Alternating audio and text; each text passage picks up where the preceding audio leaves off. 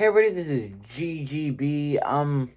We got a lot of games on Tuesday. We didn't get an upset yesterday with the Oklahoma State Kansas game. I'm okay with that.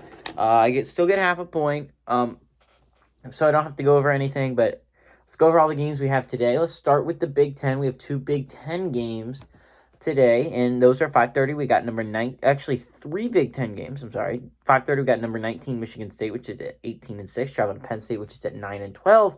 Michigan State favored by 2.5 points on the Big Ten Network. 7:30 we got Minnesota, which is at 12-10, traveling to number 18 Ohio State, which is at 15-6. Ohio State favored by 13 on the Big Ten Network. And at 8 o'clock we have number 15 Wisconsin, which is at 19-5, traveling to Indiana, which is at 16-8. Indiana favored by 3.5 points on ESPN2. So let's go over how these games can affect a lot of things. Unfortunately, for a lot of these teams, they're not going to affect them too much. Illinois is going to be in first place no matter what happens today. But if you're Wisconsin, we'll get on the list that way. Wisconsin, with a win, can move to 11-4 and tie Purdue for second place in the Big Ten. Now, if Wisconsin was to lose this game and Michigan State is to win their game, Wisconsin could fall to 10-5, and Michigan State with a win would move to 10-4 and pass Wisconsin for third place in the Big Ten. Now, if Ohio State was to win, they could move to 9-4, 9 out of 13 basketball games. That would be a 69% win percentage, and Wisconsin would have won 10 out of 15 basketball games, which is a 66% win percentage. So, weirdly enough, Wisconsin could fall very far. They really could fall far today. If Michigan State and Ohio State both win and Wisconsin loses, Wisconsin would fall out of the top 4 entirely. They'd fall to 10-5, which is only one game in the win column better than Rutgers, which would be the 6th seed. So that's really bad if you're Wisconsin. Now, Michigan State, obviously, I just told you what could happen. Right case scenario, they could get to third place today. But if Michigan State is to lose, they could fall to 9-5. And if Ohio State was to win their game, Michigan State would move into a tie for 5th place with Rutgers. Now, if Ohio State was to lose their game, they would fall to 8-5 below Rutgers. Rutgers would move into 5th place. And if Michigan State was to also lose, and So if Michigan State was to also lose, Rutgers would enter a tie for 4th place in the Big Ten, which is so huge for a Scarlet's Night program that was dead in the water a couple weeks ago. Pretty impressive if you do ask me. The other teams, you got Penn State. Penn State, with a win, can move to 5-9 and move into a tie for 10th place, which is a desperate place you want to be if you're Penn State. That is the threshold. You need to get to 10th place to tie Northwestern. I forgot Indiana. If Indiana wins this game, they move to 8-7. That would put them a little bit over 500. That would be a 53% win percentage. I still think that's a little bit worse than Michigan and Iowa's 53.8% win percentage. So that kind of sucks if you're Indiana. You'd be 0.8% behind Iowa and Michigan, but you're pretty solid. You're pretty close. You're catching up there to Indiana, Iowa, and Michigan, despite losing ground on them. So Indiana with a loss, so it falls to 7-8. That's not bad because you're still 2 games in the win column better than Rutgers and 1 game in the loss column better than Northwestern. Penn State with a win can move to 5-9, tie Northwestern, just like I said. Penn State with a loss could fall to 4-10, and Minnesota with a win can move to 4-10 and into a tie for 11th place with Penn State. Minnesota would have the tie record no matter what you look at it, with a better record and the head-to-head over the Nittany Lions. Finally, with a Minnesota loss, you would tie Maryland for 12th place. You would enter a tie with Maryland for 12th place. Now, if you were to win and Penn State was to also win, then you're still not moving. But you just have you're 1 game up on Maryland. Anyways, that's what's going on in the Big Ten. We'll move on to the ACC. And by the way, since we're on the ACC, I'd like to talk about a team for a second, and that's Virginia Tech. I know I've been talking about them a lot lately, but the Hokies have really surprised me. The Hokies went from being a team that was just not good. They were 2-7 in conference. They started 0-4 in conference. This was a Hokies team that every single Hokies fan, including my uncle that I know, thought there's no chance that this is a March Madness team. This is a team that goes out in the first round of the ACC tournament. This Virginia Tech team, this Hokies team, has strung together 6 wins. And before tonight, there were arguments that it was 5 wins at that point. And, I mean, these weren't phenomenal wins. You beat Florida State, who has been struggling since then. Georgia Tech, obviously, is not a very good basketball team. You played Pitt twice. I mean, these are not great basketball teams. You played Syracuse on Saturday. That was a big win for you. You beat them by 12 points. And that was a win you really needed if you're a Hokies fan, because you needed to tie Syracuse for 7th place in the ACC, and that's what you did. That is a win that you kind of needed. And so it was a big win to the Hokies fans. But again, Syracuse isn't an elite team. They're 13-12 on the year. But Virginia Tech now has beaten Virginia, which doesn't seem to be insane. They're the 6th place team in the ACC. But not only was it a rival, but this was a Virginia team that was on a 4-game winning streak. This was a Virginia team that had the tied for the second longest winning streak in the ACC. This was a hot Cavaliers team. And Virginia Tech, I mean, it was a close game. I'm not going to not give it to the Cavaliers. They played a phenomenal basketball game. But Virginia Tech wins. And they're about approximately, I would say, 2 games behind in the columns. 2 games behind in the win, 1 game in the loss. Basically 2 games behind Virginia. But that was a big win Virginia Tech needed. And if you're looking at it, they sit at 16-10. If they win 1 out of the 2 in Miami and between Miami and UNC, and you don't lose a bad one like to Georgia Tech, Clemson, or Louisville, then you should be a tournament team. As long as you don't have a pathetic showing in the ACC. If you beat the Tar Heels or the Hurricanes, I feel like you're a tournament team, which is going to be really interesting for the Hokies, considering how just absolutely atrocious they were last time we saw them play. But moving on to the actual important game of the day, Duke is playing Wake Forest.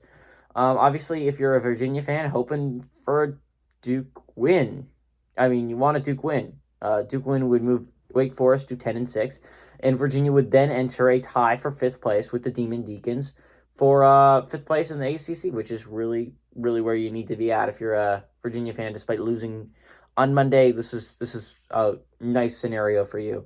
Now, if Wake Forest was to win this basketball game, they can move to 11-5. 11-5 would put them at a 68.75% win percentage, and UNC and Miami would both sit at winning 10 out of 14 basketball games. You would be at a 71, so still a little bit better. So Wake Forest is not going to move regardless. But Duke with the loss would fall to 11-4. It wouldn't be too dramatic of a fall. Notre Dame would move into first place, though, instead of being in a tie right now for first place is Duke and Notre Dame. That's what will likely. That's what's going to happen in the ACC. Big 12. We got to go over Big 12 and then Big East basketball and then SEC and then some Mountain West, weirdly enough. But the Big 12, we have number 20 Texas taking on Oklahoma. If Texas was to win this basketball game, not a huge deal. They would move to 8-5, still 1 game in the loss column behind Texas Tech. Texas with the loss, though, would fall to 7-6. TCU plays Iowa State tomorrow, so if TCU was to win that basketball game, they would move to 6-5. Texas would sit at 7-6. They would have won 7 out of 13 basketball games. That's a 53% win percentage. And TCU would have won 6 out of 11 basketball games, and that would be a little bit better. So this is a huge loss if you're Texas. You're going to be watching the TCU-Iowa State game very intensely because if TCU wins that game, TCU passes you if you lose this game now. If Oklahoma was to win this game, they move into a tie for 7th place in the Big 12 with Oklahoma State, who suffered a bad loss against Kansas yesterday. Now, Oklahoma with a loss can fall to 4-9, and if Iowa State was to beat TCU at home, then Iowa State would move to 4-9 as well, and Oklahoma could be in a tie for eighth place come tomorrow. Now, if Iowa State was also to lose and Oklahoma was to lose, they move to 4-9, and Iowa State moves to 3-10 and falls into last place in the Big 12. Anyways, that's what's going on in the Big 12. Weirdly enough, by the way, if you're a Kansas State fan, if TCU was to lose this game, they would have lost 5 out of 11 basketball games. That's a 45% win percentage. You would sit at 6 divided by 13. That would be a 46% win percentage. So weirdly enough, despite Kansas State being a lot of people's favorite team to pick to finish dead last in the Big 12, could move into 5th place if certain things fall their way tomorrow. So that's kind of interesting, at least in my opinion, as an outside fan. Moving on, the Big East. Villanova's playing Providence. This one's not all that hard, guys. Whoever wins this game is first place in the Big East. Whoever loses it is second place. Obviously, Providence has a pretty sizable win streak that they don't want to lose now. Anyways, that's what's going on in the Big East. Not a lot of change. It's going to be changed in the 1 and 2, but there's not a lot of different scenarios. Whoever's going to win is at 1. Whoever loses is at 2. Moving on, we're going to go to the SEC real quick before popping back to a different one. So we have Kentucky playing Tennessee and Arkansas playing Missouri. So Kentucky, with a win, can move to 11-2 in conference. 1 game in the loss column back from Auburn. Now, if Kentucky was to lose this game to Tennessee, Tennessee enters a tie for second place in the SEC. Both sit at 10-3 in conference. Now, the tiebreaker would go to Kentucky because they have a better overall record than Tennessee, but Kentucky would at least get it close to a tiebreaker, and they have a chance to make up ground. Now, Tennessee was to lose this game, and Arkansas was to win this game. Arkansas would enter a tie for third place in the SEC with the Volunteers, both sitting at 9-4 in conference. If Arkansas was to lose this game, they can fall to 8-5. They're not going to drop any. And then Missouri with a win can move to 5-7 and into a tie with South Carolina and Vanderbilt for 9th place in the SEC. Right now, they sit at 11th place in the SEC, so a tie, going down to a tiebreaker, would actually be really good for the Tigers. Anyway, that's what's going on in the SEC. By the way, Missouri with a loss falls to 4-8. And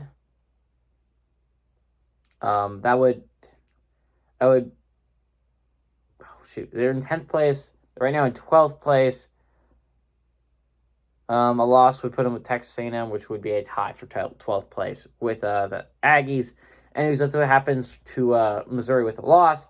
Now, going to an interesting thing. We normally don't do Mountain West games, but if Wyoming is now in the top 25, Wyoming with a loss falls to 10-2 in conference and would be in a tie with Boise State for first place in the Mountain West. Mountain West is a surprisingly competitive conference this year with, I'd say, probably at least 2, probably 3, or maybe even 4 of these teams in the Mountain West going to the March Madness tournament, which is a lot for the Mountain West. That's a lot of teams to send.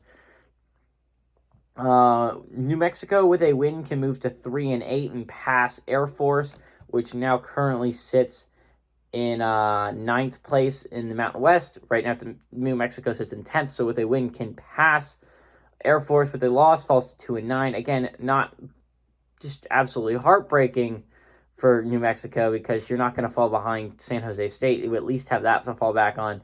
But you can't move up with a win if you're the Lobos. So what do I personally think? What's my upset of the day? I think mine's going to be pretty boring. I was debating a lot of different teams. I think you could take Oklahoma over Texas. I feel like that's a reasonable choice, but Oklahoma hasn't been playing their best basketball recently. I think you could also take Villanova over Providence, but the way Providence is playing, especially at home, I don't think I can take them, even if they're 4.5-point underdogs. I think I have to take Tennessee over Kentucky. I understand it's not a technical upset by conventional means. Tennessee is favored by 1 point, but Tennessee is significantly lower on the top 25 scale than Kentucky is. Plus, they get the ball at home, and plus, their Volunteers are a pretty good basketball team this year. I got to go with the Vols. Hey, everybody, this is GGB saying adios, amigos, and go Vols.